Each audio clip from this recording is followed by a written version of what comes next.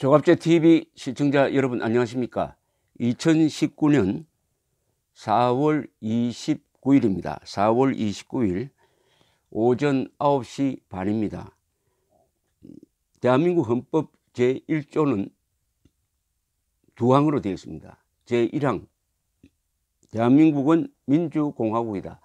제2항 대한민국의 주권은 국민에게 있고 모든 권력은 국민으로부터 나온다. 여기서 국민주권 원리가 만들어졌습니다. 국민주권 원리는 공산주의의 권력 논리인 계급투쟁론에 정반대되는 개념입니다. 국민에게 주권이 있다. 그리고 국민을 분열시키거나 계급적으로 갈라보아서는 안 된다. 국민을 사람으로 만들어 가지고 우리 편 사람, 우리 편이 아닌 사람으로 갈라서도 안 된다. 국민을 인민과 자본가 계급 또는 지주계급으로 나누어서도 안 된다. 국민을 민노총과 민노총 아닌 노동자로 나누어서도 안 된다. 국민을 민중과 민중이 아닌 사람으로 나누어서도 안 된다. 국민 전체를 평등하게 보아야 한다. 그리고 1인 1표제에 의해서 국민의 권리는 평등하게 그리고 공정하게 행사되어야 한다. 그 국민 주권이 바로 선거를 통해서 행사되어 가지고 정권을 선택을 하게 되는 것입니다. 따라서 국민 주권론에서 가장 중요한 것은 선거의 공정성입니다. 선거의 자유입니다. 이것을 뒷받침하는 언론의 자유입니다. 이것을 규칙으로 만든 법치, 특히 삼권 분립, 이게 총체적으로 국민주권론, 국민은 주권자다라고 하는 것이 실제 정치에서 그 방향으로 행사될 수 있도록 하는 제도인 것입니다.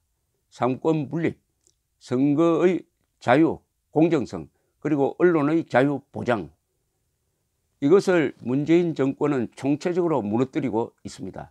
문재인 정권은 국민주권론과 절대로 양립할 수 없는 계급투쟁론으로 무장한 세력입니다.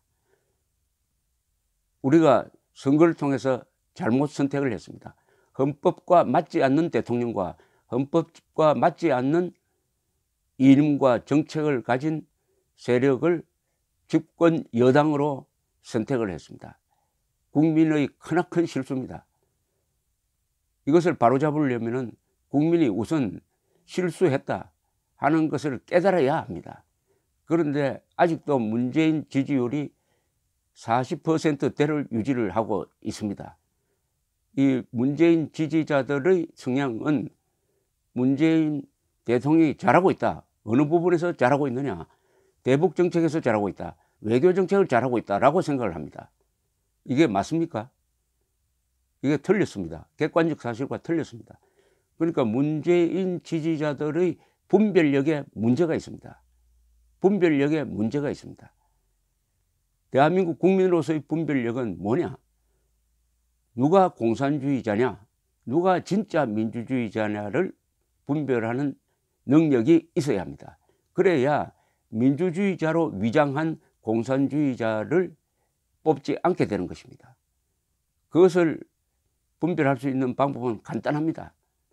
대한민국의 자유민주주의는 공산주의와 싸워야 유지될 수 있습니다. 대한민국에서 민주투사를 자처하려면 한 가지를 해야 합니다.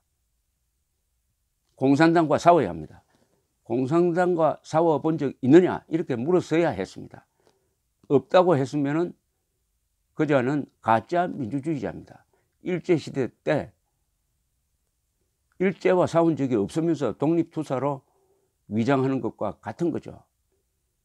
지금 이 실수를 만회하기 위해서는 국민들이 각성하고 국민들이 일어나야 합니다. 거리로 나오고 광장으로 나오고 부르짖어야 합니다. 지난 토요일 날 독재타도 헌법 수호라는 함성이 광화문에서 울려 퍼졌습니다. 독재타도 그러니까 문재인 정권을 독재로 본다는 거죠. 독재도 여러 가지가 있습니다. 1인 독재, 군부 독재, 이념 독재, 사상 독재, 계급 독재. 김구 선생이 이야기했습니다. 가장 무서운 독재는 이념으로 무장한 계급 독재다. 문재인 정권이 독재라면은, 또는 독재적 성향을 보인다면은, 그 독재의 성격은 가장 무서운 이념으로 무장한 계급 독재. 이념으로 무장한 계급 독재의 모델은 공산주의 정권이고, 최신 모델은 베네수엘라의 차베스 마두로 정권인 것입니다. 국민 주권론을 현실에서 선거로 전환시키기 위해서는 선거법이 있습니다. 이 선거법은 국민 주권론을 공정하게 실현할 수 있는 도구입니다. 선거법이 잘못되어 버리면 국민 주권론은 껍데기가 되어 버립니다.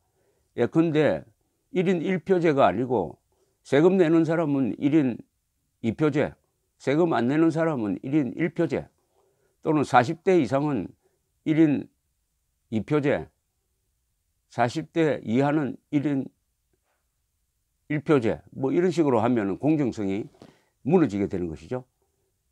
그런데 지금 문재인 정권이 연동형 비례제라는 듣도 보도 못한 복잡한 산술이 들어가 있는 선거법을 이렇게 무리하게 통과시키려고 하는 것은 바로 국민 주권론에 정면으로 도전하는 헌법 위반입니다.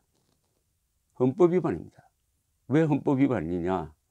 야구에 비교하면은 야구 규칙이 바로 선거법입니다. 게임의 규칙이죠.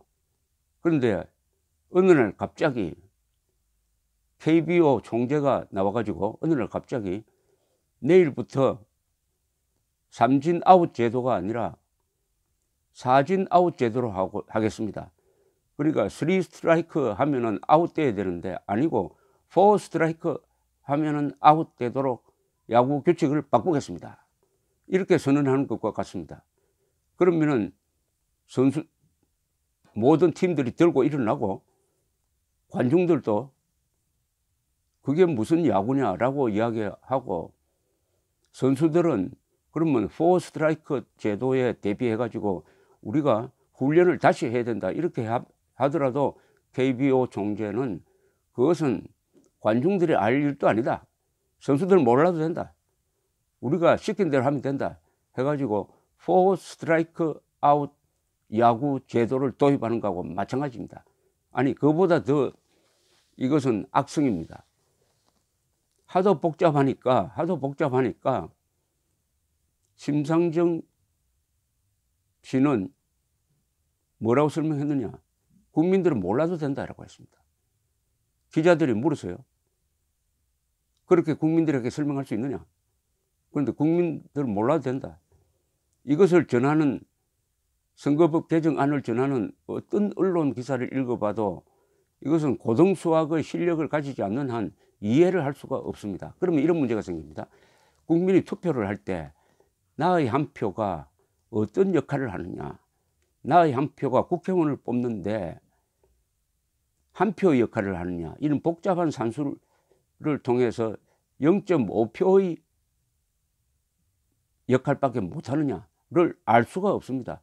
내가 이 당을 밀기 위해서 또는 이 정치인을 당선시키기 위해서 표를 어떤 식으로 행사해야 하느냐, 행사된 표가 어떻게 효과를 발휘하느냐를 알고 찍어야 될 것 아닙니까? 야구 구경을 갈 때는 야구 규칙을 알고 가야 될 것 아닙니까?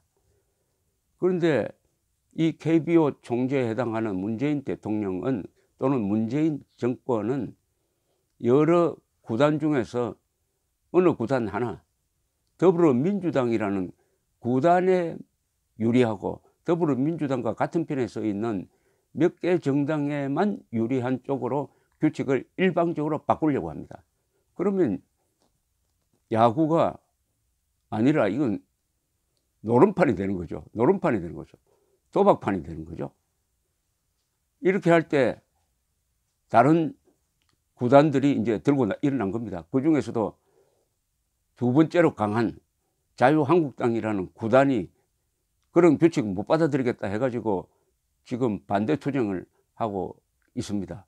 국민들이 이걸 바라보면서 어떤 반응을 보이느냐입니다. 갑자기 포 스트라이크 제도를 도입한 야구를 누가 구경하러 가겠습니까? 이때는 관중들이 선택을 하는 거죠. 그런 야구 안 보겠다. 국민들도 그런 선거 반대한다. 그런 선거법 통과시키면 독재 타도 헌법 수호에 나서겠다라는 의지를 지금 표명하고 있는 것이 작금의 상황입니다.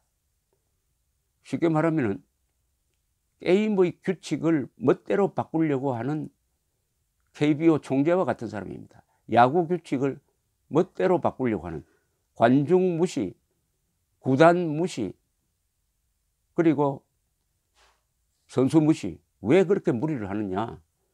정권을 계속 유지하겠다는 거죠. 왜 정권을 꼭 계속 유지해야 하느냐? 정권을 놓으면 감옥에 갈 사람이 많다는 거죠.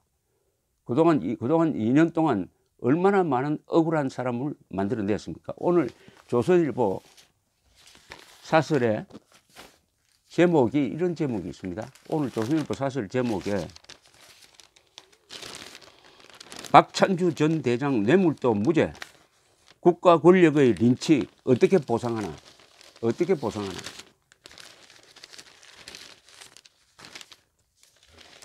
박찬주 전 대장 부부는 2017년 7월, 그러니까 문재인 정권 출범한 2달 뒤 공관병을 부당하게 부려먹고 괴롭혔다는 군인권센터의 폭로에 이어 여론재판과 마녀사냥, 별건 수사를 통해 무차별적 인격 살인을 당했다.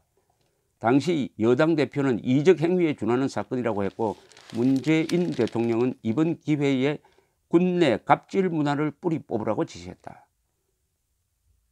그러면 국가 권력의 린치를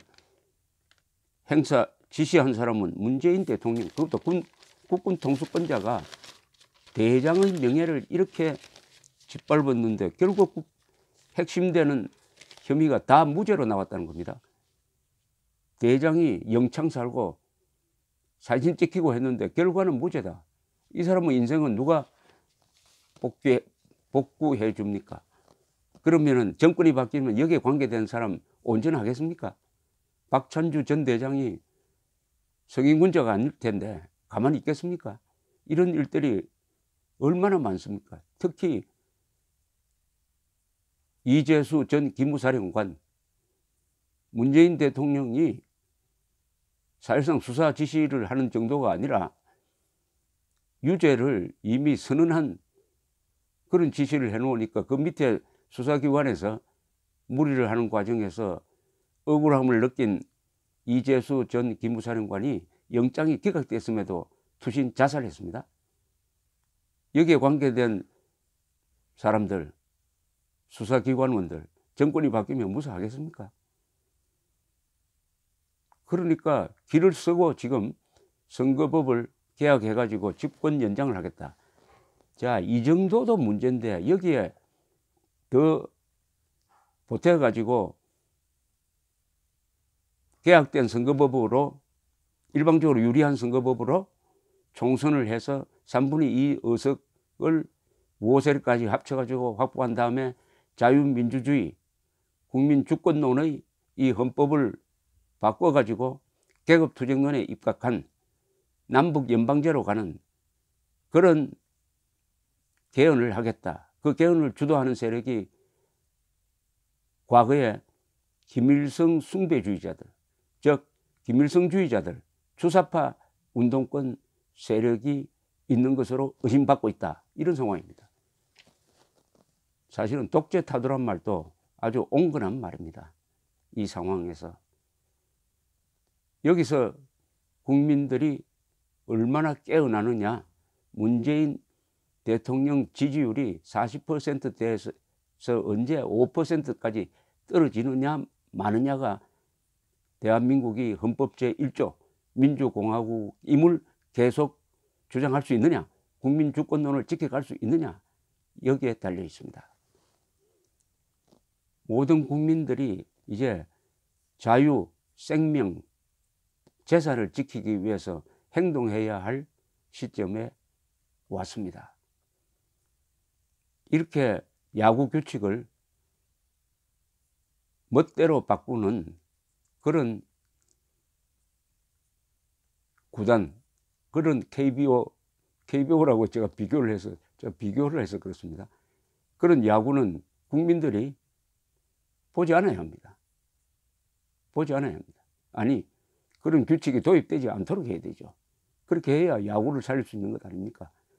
이런 독재적 선거법이 도입되지 않아야 우리가 민주주의를 즐길 수 있는 것 아니겠습니까?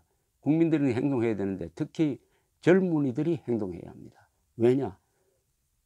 저 같은 기성세대보다는 젊은이들이 대한민국에서 살아갈 날이 더 오래됩니다. 세상을 바꾸는 부류가 세 부류라고 합니다. 젊은이, 외부에서 온 사람, 그리고 바보라고 합니다. 바보는 무모하게 또는 용감하게, 외부에서 온 사람은 개혁적 시각으로, 젊은 사람은 열정으로 나라를 바꿉니다. 우리가 바꾸려고 하는 것은 대한민국이 아닙니다. 독재적 정권입니다. 우리가 바꾸려고 할 때 몽둥이로 총으로 들자는 게 아닙니다. 헌법으로 이기자는 겁니다. 태극기로 뭉치고 헌법으로 싸우고 진실로 이길 수가 있습니다. 뭉치자, 싸우자, 이기자입니다. 이게 민주시민의 의무입니다. 민주시민은 행동해야 할 때 행동하지 않으면은 행동하는 소수에 의해서 다수의 침묵하는 국민이 바보가 됩니다. 감사합니다.